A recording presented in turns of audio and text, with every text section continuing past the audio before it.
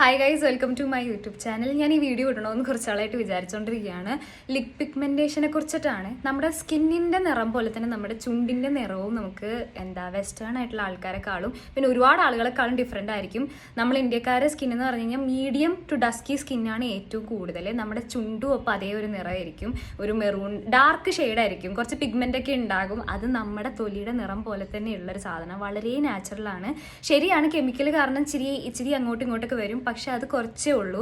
സൂര്യൻ്റെ ടാൻ അടിക്കുന്ന ടൈമിൽ കുറച്ചൊന്ന് ഡള്ളാവും. പക്ഷെ അതൊന്നും ആലോചിച്ച് ആരും വിഷമിക്കേണ്ട ആവശ്യമൊന്നുമില്ല. നമ്മുടെ തൊലിയുടെ നിറം പോലെ നമ്മുടെ സ്കിന്നിൻ്റെ നിറം അങ്ങനെ തന്നെയാണ്, ചുണ്ടിൻ്റെ നിറം അങ്ങനെ തന്നെയാണ്. അതൊരിക്കലും മാറാൻ പോകണില്ല.